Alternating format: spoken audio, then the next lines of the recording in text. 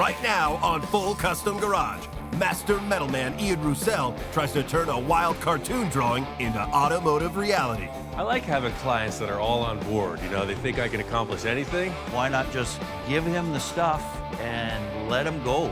He's got this clown car and a bunch of used parts. So it's got a long way to go, baby. I think the only person that can pull it off is Ian. But when things go wrong, See already, we're off. Ian's client is halfway around the world.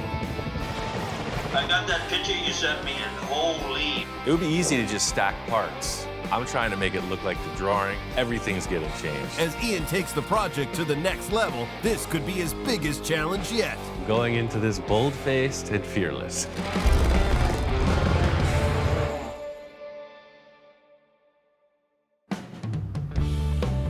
My friend Mark, he's a great client. I've done a bunch of projects with him. The last project Mark brought down was a Henry J. He says he's got something newer and wilder than anything we've tried so far. You know, I'm very fortunate to be one of Ian's clientele. I like Ian just to let his creativity take over the project, because however radical it becomes, the better it is. Love your weather down here, man. This is gorgeous. Came down from Canada, and he's into the wild stuff. Definitely not into the restoration aspect of things, and that's right up my alley. I can show you this before we actually show you the project to be. Originally, this whole idea came about by a drawing, and he's the only one that I can think of that could actually pull this one off. He said it was a Volkswagen. It's a Volkswagen. Shows me this drawing of this pretty wild cartoon hot rod. I'm all on board. So it's like a front-engine Volkswagen bus hot rod thing. Just like the Ed Roth monster cars, this is right in that vein. It's just a new style on it. And I think pushing it forward is always really cool. So I was excited to see what Mark had in the trailer. This isn't like the last thing I brought you. Okay. It's in a little more disrepair. It's a mighty short Volkswagen you got there. It was not what I expected.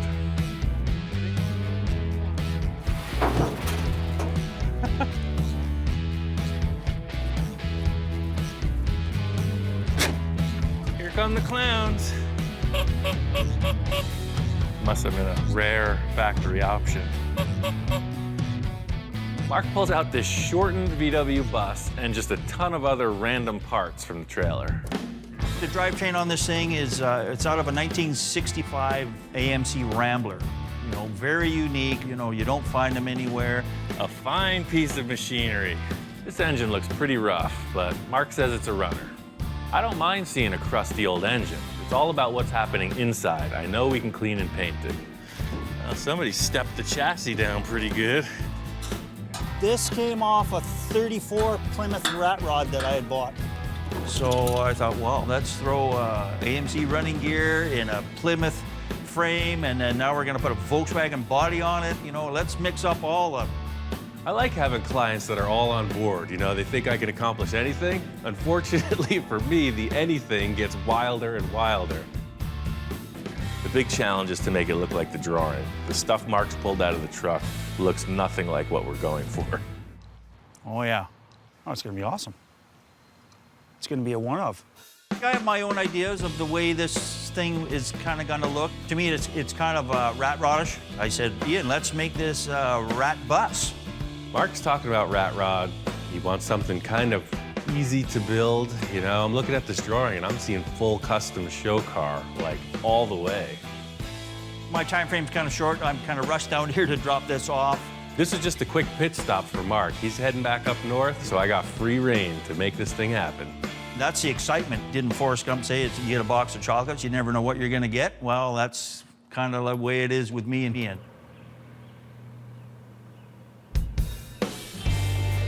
The cool factor about this setup is it's a complete bolt-together rolling chassis. I just assemble it and move on to the good stuff. I want to bolt this chassis together and then set the body in place and see where I got to cut. Hopefully this thing is square. I'm gonna have to measure off a bunch of stuff, but the good point is there are motor mounts, there are suspension mounts. Already I can see this whole frame is bent. You can see this angle here, the way it comes into the motor mount. It's pretty close to square. That one's way out. When you run into a crooked frame, that's your base of the whole driving component of the vehicle. So this thing's gonna wanna drive off the road if you let go of the steering wheel. That's probably why it was scrapped. That turns my whole world around. I'm back to the beginning. Typical basket case, that's what I specialize in. So this frame is gonna need some kind of modification. Seeing that this is bent, it's always an indicator of something else that's gone wrong.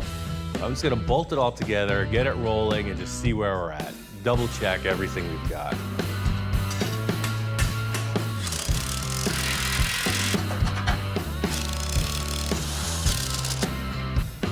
All right, so that's a roller.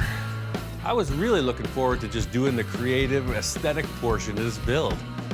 After the situation with the chassis revealed itself, it's like I gotta start from scratch.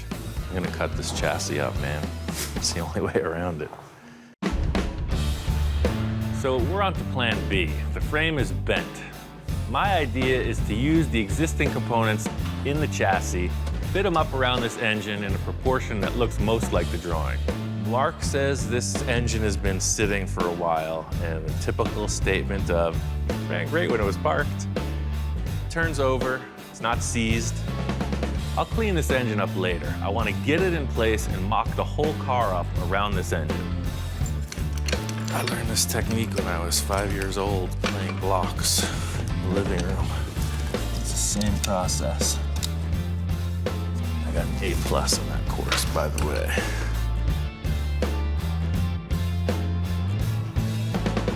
I cut up this van for a project I just finished. We only used the chassis and the mechanical components. I cut the whole rig in half. While I was doing that, I was thinking ahead to this, and I saved all the sheet metal parts that we're gonna use for this one. So I'm just down to pieces of sheet metal, which is a great starting point. I don't know how much of it I'm gonna use, and that's why I gotta mock it up. So according to our schematic, there's a large hole burrowed straight through the center of the donor vehicle, and then is inserted up to the valve covers on the engine. Let's try that. I'm always really excited about a project for the first few days because that's when all the inspired stuff happens. The fun part is just the possibilities of it. You know, at this point, it's just a blank canvas and I can go in any direction I want. That's really the spice of the whole project, is figuring out what you're gonna do.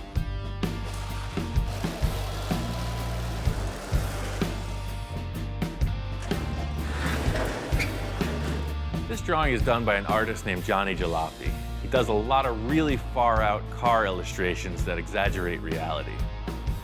So my challenge is to take these proportions and the flavor of his drawing and transfer it into three-dimensional steel. The whole thing in starting off is just getting the parts physically on the floor, see what their dimensions are. I have a feeling this project is going to be all about proportion, and there's nothing resembling typical car proportions that I could see so far. See, already we're off.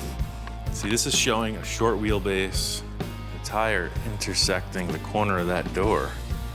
So you can see the tire should be as tall as that handle and come way forward. Mark brought this set of white wall tires. A tall, skinny white wall would be the best option, and they're just really hard to find. Mark has these two, and I'm gonna try to make them work. What I'm trying to do is make this tire look as big as possible, and the only way I'm gonna get that is making that body smaller.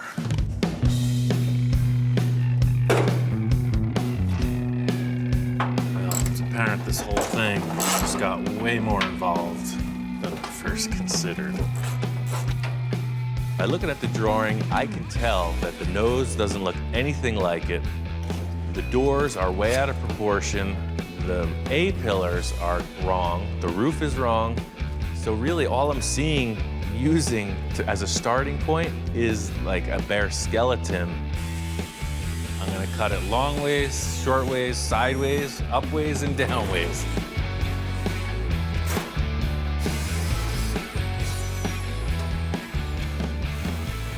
Well, the whole thing with this chassis is it's set up as like a T-bucket hot rod. You know, it's a short wheelbase, big engine, big tires. That's the look. My challenge is to take this utility vehicle and somehow morph it into this cool hot rod shape. If you ever sat in an early model pickup truck, 34 Ford for instance, they're miniature. So this is just getting closer to those proportions. I basically just need to shorten the door by a foot. Any moving part, once you start sectioning, it starts to get a little sketchy. I chose to leave all the latching mechanisms and the hinge mechanism in place. That way I had a 3-point reference, 2 hinges and 1 latch. By leaving all the factory components in place, it's just a huge time saver. All I did was cut through the sheet metal and put it back together. I think I'm onto something. This is looking good. I like the proportions of the lower half of the body, but there's really no other way to go about this other than to recreate an entire new top of the car. We're not out of the woods yet, man. This is a good start. Before I get carried away with the body design, I need to build a chassis to support it. In order to get this frame squared up, I put it up on the table, cut it apart.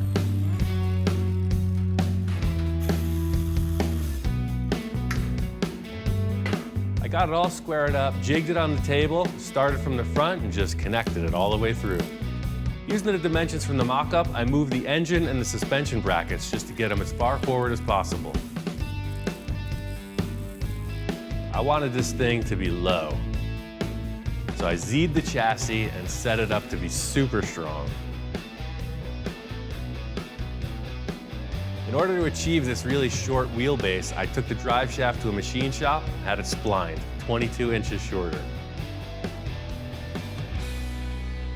With the chassis done, I'm finally where I want to be, so I can focus more on the creative part of the build. I'm gonna put this body on and see what's up. What do you think, Hellhound? Do you have anything to say? Huh? I was looking at only portions of the drawing, and I think I got those details nailed. The next step is to figure out exactly how long the rear of the bed's gonna be. So I'm gonna bring in the 2 quarter panels and mock those up.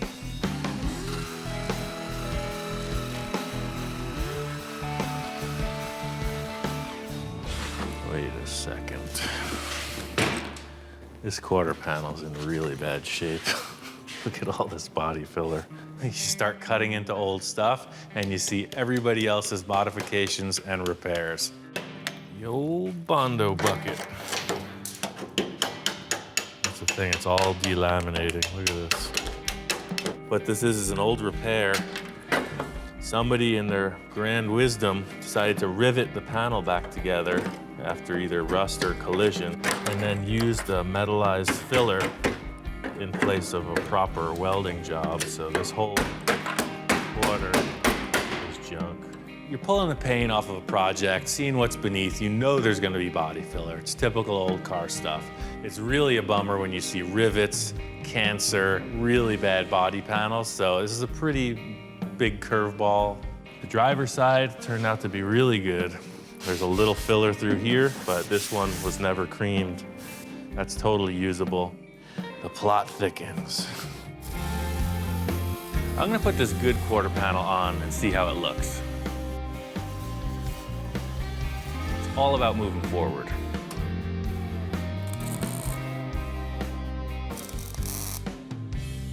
You can take that to the bank. I'm looking at that, and I'm looking at that, and I'm very happy with it. His picture shows the bed being a little bit bigger, but I think this nails it. The shorter bed makes the wheel look bigger, and that's a win. The remedy here is to build the vehicle with this nasty quarter panel. The last thing is replace it. The drawing only shows one angle of the car. There's a lot of design elements that I gotta come up with. There's a VW show coming up in town, and I want to get some inspiration. I've been living, you know, out in the clouds. I want to come down to earth, see what people are doing with their cars, and it's pretty darn conservative. So I see all of these single cab and double cab VW pickups. That's exactly what this drawing was based on, so it was good to check them out in 3 dimensions. The early split window VWs have that unique V shape in the nose, and then of course the split flat glass windshield. The one we're using is a later model. It has a curved glass windshield. I could see how you would short step this whole process by using one of these early models. I don't really like to take a nice early car and chop it up. I'm all about taking spare parts, making something cool, a resurrection, if you will. My task here is to use the parts I have, make it look more like the older VWs, and of course, as much like the drawing as possible. I think I can make it happen. Trying to move this thing along. I pulled the engine out and took the body off the chassis. My friend Jackie's an artist, and she's gonna help me paint this engine. Everything's looking good. She's got the first coat of red going on, but I knew there was a couple things I didn't want brush painted. All right, Captain, I got a plan. What's the plan? We're gonna paint the valve covers black, and then the whole chassis is gonna be the same thing, spray can black. Got it. I think the red looks great on the engine block. I think if we paint these valve covers black and then detail out the rest, it should be good. So, Oh. yeah, that's trouble. I'm thinking I'm gonna take these valve covers off so I can spray paint them, and underneath was just a disaster. What? That looks awesome. What's going on in there? There's some kind of stalactites in there. There's all kinds of corrosion. I don't know where this engine's been, but it looks like it was underwater. So we're gonna have to clean it all out? I don't know what we're gonna have to do. This could be toast. What is this? Look at that. Okay. It's pure gunk. You always know you're gonna hit walls. There's hurdles to overcome, but pulling these valve covers off and seeing this massive blob of corrosion, it like takes the wind out of your sails. I'm gonna talk to Mark. Let me take a couple pictures of this, because he's gonna be interested to see. Mark's whole gig from the start was using the existing parts. The entire chassis is built to support this driveline. So this engine we were committed to, he said it ran great when he parked it. Everybody says that. This does not speak towards that event. When did he park it? I think he parked it in 1959, the year before they assembled it. My design is reliant upon this engine, so I gotta talk to Mark and see what his game plan is. Just keep coloring it, at least it'll look nice, sitting in the corner, if I don't kick a hole in the freaking door. Mark is in Afghanistan. It's hard to get a hold of him, so we use text messaging pretty regularly. Yeah, Mark is in agreement. He writes, "Dang, that looks very bad." He only has access to the computer at certain times, so I'm gonna set up a Skype call with him for later. It's all about moving forward, you know? It's kind of a bummer, but there's plenty of more creative work to do. All right, so today's adventure, that does not look like that, so I'm going to make it. How's that sound? The drawing shows an earlier split window. We've got a later bay window bus. I want to make this look just like the drawing, so I have to build a whole new windshield frame and dashboard. I just took 2 pieces of sheet metal, put them in the brake, and created this flange that the window glass will attach to via a rubber gasket.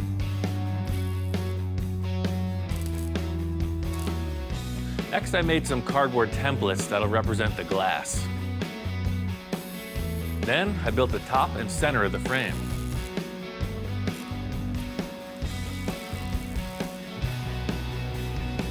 The roof on the drawing is a super unique shape, and I'm trying to figure out how to make that happen. When I was at the VW car show, I was looking at a bug roof from the back, and it just gave me an idea. I have one of these domes, and it's just way more pronounced than the bus roof. If you really look at the Beetle, you'll see that towards the windshield, it flattens out. It's the most curvy right above the back window. So I cut the rear portion of the roof off and stuck it on here backwards, and it worked perfect. What's not to like about that? That's it. See, his drawing has a really nose-down attitude. You don't even care. This is a breakthrough. This is a moment. He's roof still needs a lot of work, but just to get this dome and put it in place is a big breakthrough. That's the proportion. I'm using this round tube to create the front of the visor on the roof, and this is going to represent a drip rail all the way around the perimeter.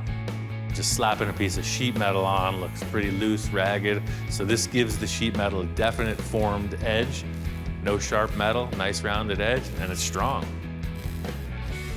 Now that I see this, I am genuinely impressed. It looks great. Pretty committed to replicating the drawing as close as possible, but in working with these metal shapes, I think it's given this windshield area an even cooler look. This is just a little more radical. You got some really cool dimension as compared to this. It almost looks flat. It was nice to end the day on a positive note. I'm going to talk to Mark about the engine situation tomorrow. If we can't find another engine, and this could really set us back. I got the whole front windshield established. The next big challenge is the rear portion of the cab. The drawing doesn't really show what's going on back here, so I'm leaving that open to my interpretation. I got a cool idea where I'm going to utilize the rear tailgate of the van and split it in half and make two. The portion with the rear window will be back here, and then the lower portion with this detail of the body sheet metal will stay here. Being that the cab is so much narrower, the whole rear window frame and the rear hatch have to be reconfigured. It'd be nice to just cut it in half and put it in place, but all the proportions are changed.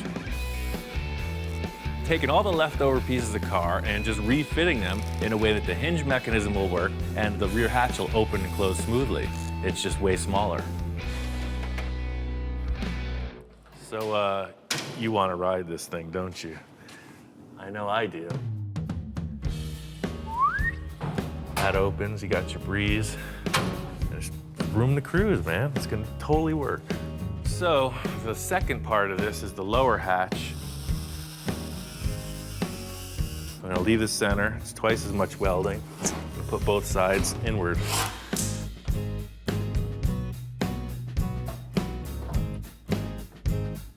This is gonna be a tough one to let go. This is coming out cool. Look at it, it's a miniature Volkswagen. It's tiny, it's great. Even though we're making progress on this thing, I can't get this engine dilemma out of my head. It's finally time to talk to Mark and figure this whole thing out. Ian, Hey man, how's it going? over in the sandbox again, but yeah, I'm here. It's amazing, modern technology. I got that picture you sent me yesterday, and holy, I apologize for that engine, Ian. I didn't have any idea it was that bad. It happens. I've been researching that engine, and I guess AMC, they don't make a lot of them, or they don't make a lot of parts for them. Mm-hmm. They're like hen's teeth. You can't find nothing for it. I'll find you another engine, because that whole enclosed drivetrain, I mean, it's kind of a one-off thing. It's That was my too big far concern. into it now. It's absolutely critical to get the same engine and transmission because it couples to this rear end. There's an enclosed drive shaft, the splines are a certain pitch, and of course the engine and transmission mount is already in place. It's not as simple as just swapping out the engine unless we find another AMC. Yeah, no, I hear you. No, I don't want you to change what you've already done. You've got way too much work and time into the way it looks right now. It looks awesome. So I'll get a hold of my boys back up in Canada, and we'll just start a search. You just leave the engine in my hands, and hopefully I'll get a home run for you. All right, cool. After talking with Mark, I was glad to hear that he'll get a duplicate or replacement engine. I should just carry on, and that's good news for me. Before I finish up the roof, I just wanted to wrap up a couple loose ends on the body. The rear quarter on this van was toast. It was really rotten. It was buckled in. There was no other way around it but to replace it. The interior of this cab is so small, I'm just trying to add as much room for a person to drive in. I wanted to get a good solid structure created before I finished off the top pillars. So just having everything here rigid is what I needed to set up so nothing changes shape. With the structure of the lower portion of the cab in place, now I can finish the roof off. The roof is a pretty complex shape, and I think this will be the most challenging part of the whole build. So I'm gonna lead off this restructuring of it by creating the door tops.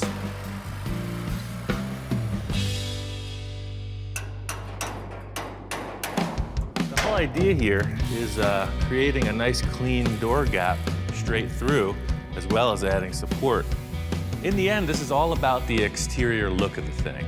Just gotta look kind of like a production car. So I'm gonna have to come in with a triangulated patch to create that radius evenly to the drip rail through here somewhere.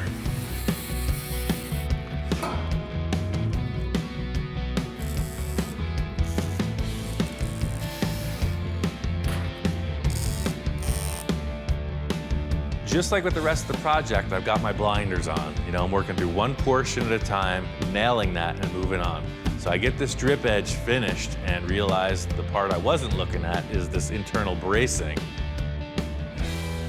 The location of this rear arch is just all wrong. You know, his drawing is pretty slick. I'm just trying to keep that vibe and bring it all the way around to the parts you don't see in the drawing.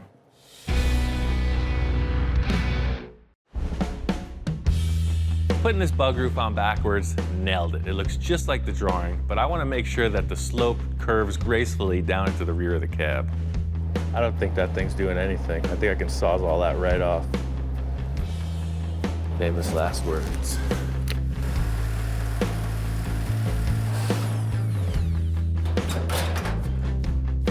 If I set this up with a big, tall, 90-degree rear panel, it's just gonna look weird. It's about being efficient at this point. I could always cut way too much and patch back in, just trying to make one join, one seam across the top of the roof. And I think it's time for the old envisioning tool. Critical element in every build is the envisioning tool. You know, I don't know who else uses one of these, but I've got a number of them. To get this roof right, I'm gonna have to just focus. So you see, anything could happen with this roof line. So if that's coming up like that, I got my two marks. Yeah, see, that's kind of baseball hat style right there. The whole purpose with this technique is to just see how the roof line is gonna flow out. With the original structure in place, it was gonna look like a big hunchback. What I'm trying to do is just take this curve and make it flow gracefully right into the visor over the windshield. The whole thing about this roof and my enjoyment of it, I guess you could say, is just that I'm trying to figure it out as I go along. No preconceptions, just letting the metal tell me where to go. Thought I was gonna use this piece of the old van roof, but it was it's a lot less of a radius than I had anticipated. See, they put this little ridge and then the roof really just flattened out. I need to carry that up all the way to here. I was gonna make one. So the rear portion of the roof is gonna be scratch built. I'm gonna use the slip roller, set it up with a curve, just kind of hand form it into shape and weld it on. Hey look, it's gonna work. So to tie together the whole rear of the roof, it was the same story as the front, just a piece of round tube, just made two corners and then a center section. Each time I join the tube, I'm putting a little sleeve inside. Just helps you line everything up, tack it in place, and just move around the perimeter of the roof. This roof's got to be symmetrical, so I'm just starting with the center portion to get that arch going over the top. The left and right quarters are going to have to be made independently. It's a really complex shape on each side, and keeping them symmetrical is the goal. This is like a giant puzzle, you know, and you don't realize what the puzzle looks like until the pieces are mostly into place, and you still got some loose holes to fill in.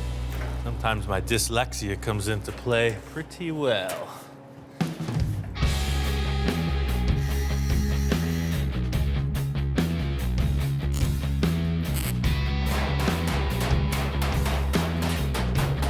These rear quarters are pretty complex. I'm thinking it's going to be the easiest way is to just create a series of triangular shapes, tack them together, and then hammer and dolly them into shape. So this metalwork looks pretty raw. It's got a lot of welds. That's just characteristic of this fast-paced work I'm doing.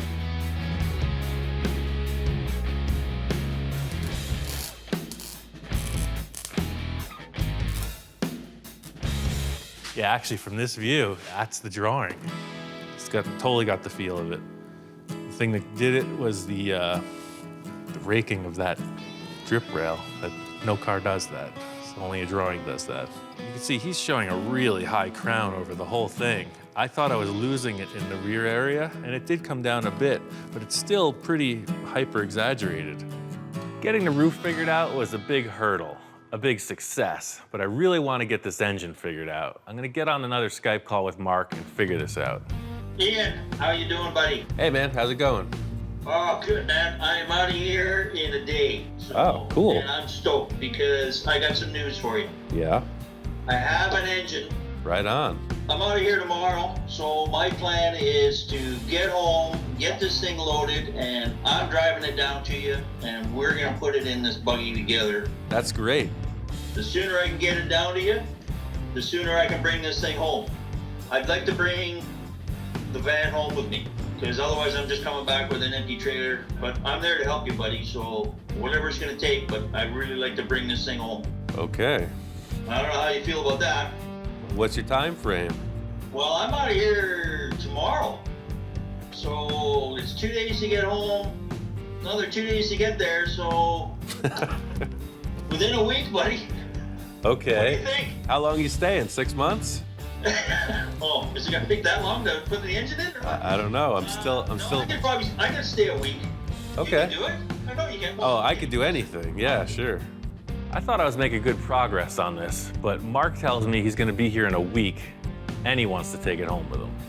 I got a lot to do to wrap this thing up, and only a little time to do it. Even though the fabrication is not 100% finished, I needed to get this filler on here, compare it to the drawing, and just see where they're at. Just getting this thing skinned out so that it has its final appearance is a huge hurdle. Have to get finished with the last few elements of fabrication, firstly being the dashboard. I slept with this under my pillow last night, and I thought that I saw something in the dashboard. The drawing isn't very revealing on what the interior of the thing looks like, but I see this little bulge in the line of the dashboard, so I just want to incorporate that element. I'm all about just making things go quickly. So instead of forming something to be the dashboard, I had a pile of stuff, and I think I could find what I need in there. I just need to get away from this bodywork for a while, so instead of standing here in the same spot, I'm gonna move over 10 feet and dig a hole under the table. Something like that. This is a piece of a semi-truck exhaust. I'm thinking the dashboard's gonna be a semicircle, so any tubular shape. It could be a muffler, it could be an exhaust pipe, who knows? I got tons of round metal shapes, and if I can find one I can cut apart, I just put it back together.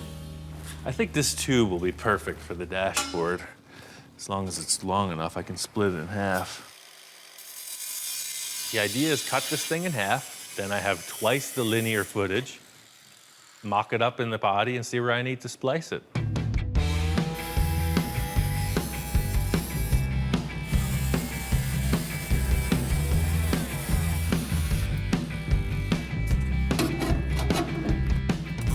The whole idea here is simplicity.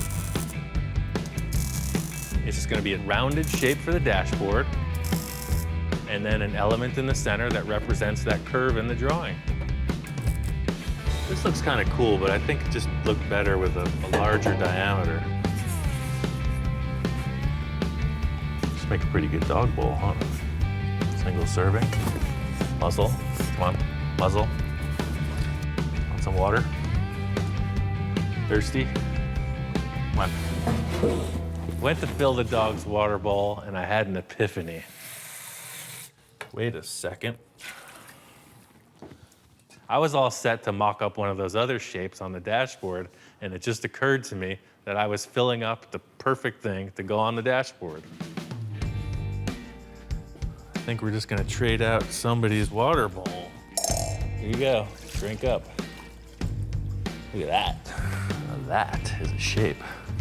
Stainless steel. You need this? I didn't think so. Right away, I can tell this dog is attached. He's had his face in this bowl since he was born. So there's a level of attachment. I'm gonna have to break it. This is being repurposed. It's just part of what we do here. I know, it's your favorite accessory, but look at that. You have that look of detachment in your eyes. It's time to grow up. It's time for a next chapter in his development. I can put some kind of a gauge right here on the space. This is going to be painted and finished like the rest of the car. I'm just looking for the right shape.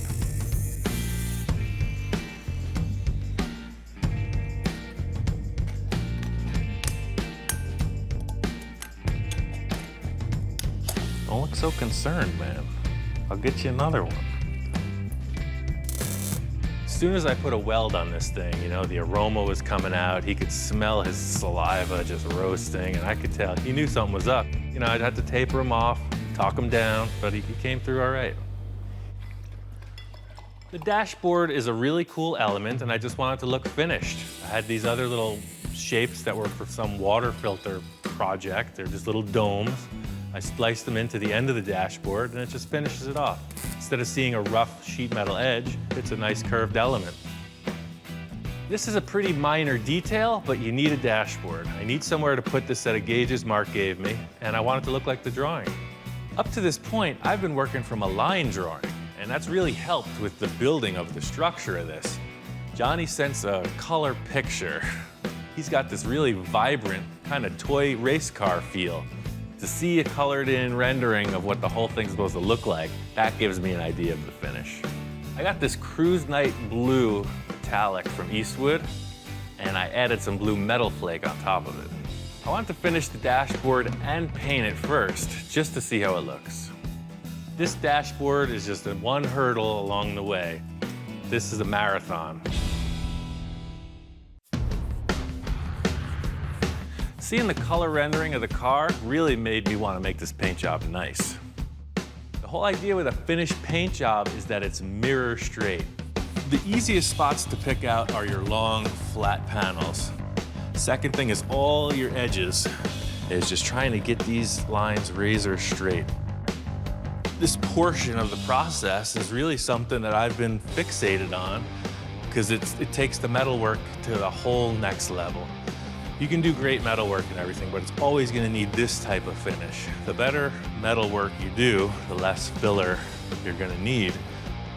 I got this 3M Platinum Plus body filler, and it lays out like nothing I've ever used. It's totally smooth, there's no air bubbles in it, and it sands really easy.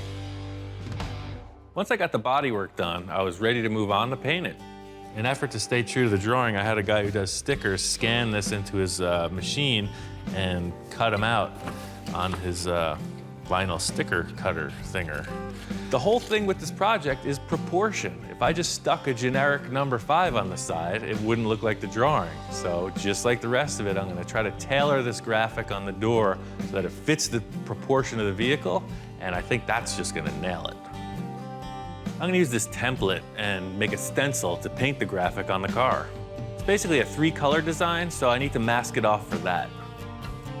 I've been talking back and forth with Johnny all throughout the progress of this. When he sent me the color drawing of this thing, I could tell he's really pumped. I could never imagine anybody taking a drawing of mine and building it in real life. Of course, it's a dream. You know, those are the things you hear of the legends did that stuff. You know, the Ross, the Barris, you know, guys like that. Those are guys that took creation from a paper and made him a moving machine that turned into these entities on their own. When I first heard about it, one of my friends on Facebook had messaged me that he saw on Ian's page a post with a picture of my drawing saying, "You gotta give the people what they want." I sent Johnny a message, told him, hey, we're gonna build this thing. What do you think? And at that moment I was like, really? Are you kidding me? Cheesy to say a dream come true kind of thing, but you know, it is, you know. I'm glad that Johnny's on board. Super excited. It makes me really want to do this thing right, get all the details in order. With the metalwork, you're creeping up on an end result, but the paintwork, you don't realize it until you peel back the wrapper.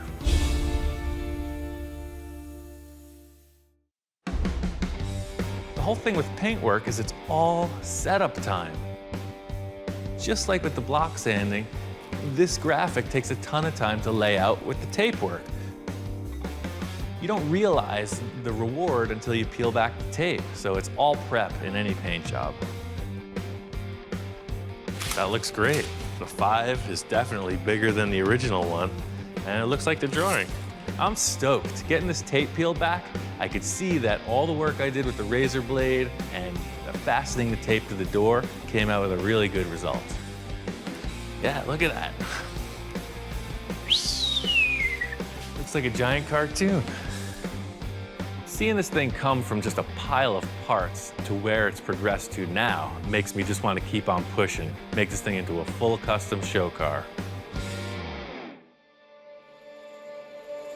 On the next episode of Full Custom Garage, Master Metalman Ian Roussel continues the transformation of the cartoon hot rod. He can make anything out of nothing. Back of the cab opens. It wasn't supposed to be like this. Our plan was here. Ian takes it to here. Mark pulled the engine out, and I could tell this dude is serious. But when things go wrong, My heart just sank. Ian's looking at me like, you're right. and with his client out of the game, Ian switches the lineup. While Mark's gone, I really want to surprise him. I want to make some progress on his Henry J.